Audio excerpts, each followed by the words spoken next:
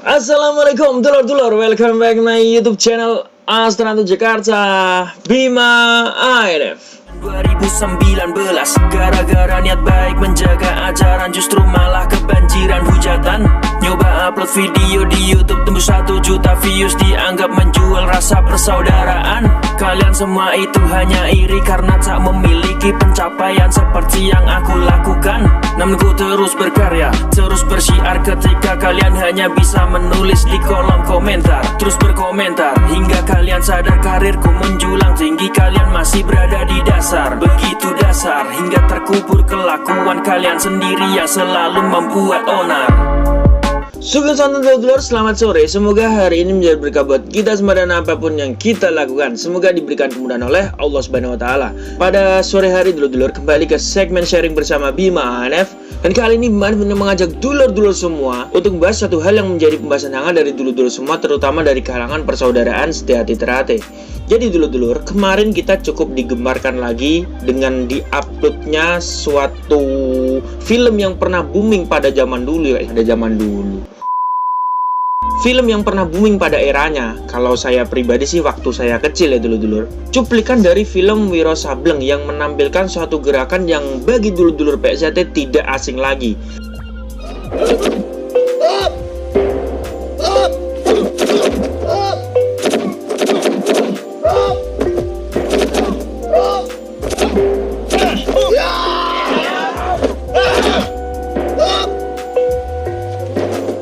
Tidak perlu saya jelaskan ini gerakan apa ya kan, buat dulur-dulurku pasti sudah paham. Namun yang jadi pembahasan kali ini adalah apakah pemain dari film Wiro Sableng itu adalah warga persaudaraan sejati teratai? Karena saya sendiri waktu siswa juga pernah diceritakan oleh pelatih saya.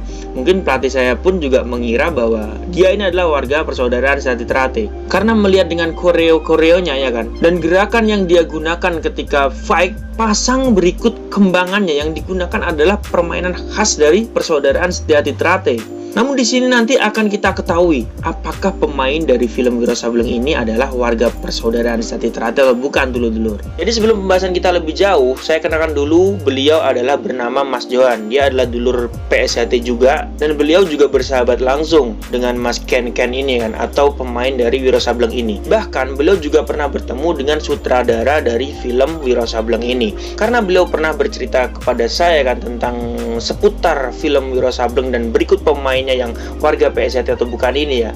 Saya coba bertanya lebih detail lagi dulur-dulur melalui chat WA. Jadi percakapan saya seperti ini dulur-dulur. Mas, pemainnya Wiro Sableng itu warga PSAT apa bukan sebenarnya? Dia jawab, belum. Berarti gerakan di film yang dia pakai itu apakah mungkin koreografernya saja yang orang Ezatrat ya kan? Lalu dia jawab, dia latihan sampai tes warga mas, tinggal pengesahan. Pelatihnya itu namanya Mas Edi Sodikin, sutradara Wiro Sableng 212. Kenapa nggak sekalian pengesahan mas? Saya tanya balik.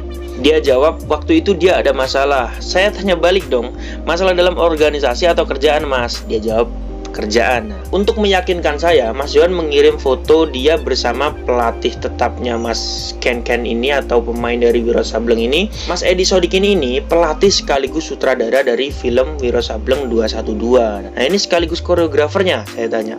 Iya, itu Mas Edi Sodikin.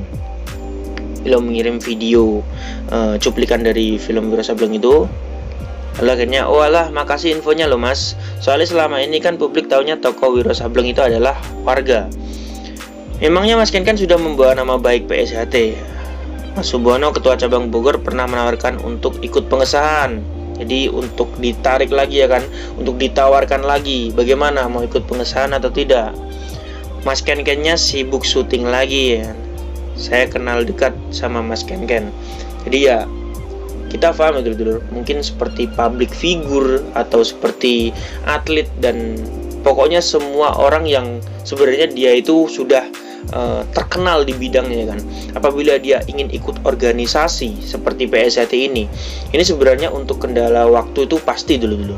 Karena PSHT ini bukan perguruan, namun organisasi. Yang namanya organisasi, yang jelas pasti harus memiliki tanggung jawab, bisa membagi waktu antara kegiatan di luar maupun di dalam organisasi. Jadi kasusnya hampir mirip seperti Pak Jokowi ya. Jadi kalau Pak Jokowi ini pas hari H dia tidak bisa hadir, kalau Mas Ken ini menjelang hari ya dia ada sedikit masalah internal dalam pekerjaannya. Yang jelas pasti bersangkutan dengan Mas Edi Sodikin ini atau pelatih tetapnya berikut sutradara dari film Wiro Sableng 212. Oke dulur-dulurku, terima kasih sudah menonton video terbaru dari Bima NF dan sampai jumpa di video Bima NF yang selanjutnya.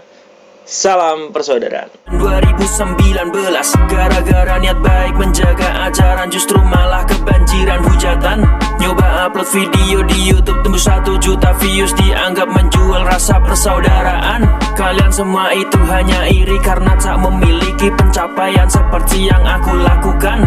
Namun ku terus berkarya, terus bersiar ketika kalian hanya bisa menulis di kolom komentar. Terus berkomentar hingga kalian sadar karirku menjulang tinggi, kalian masih berada di dasar. Begitu dasar hingga terkubur kelakuan kalian sendiri yang selalu membuat onar.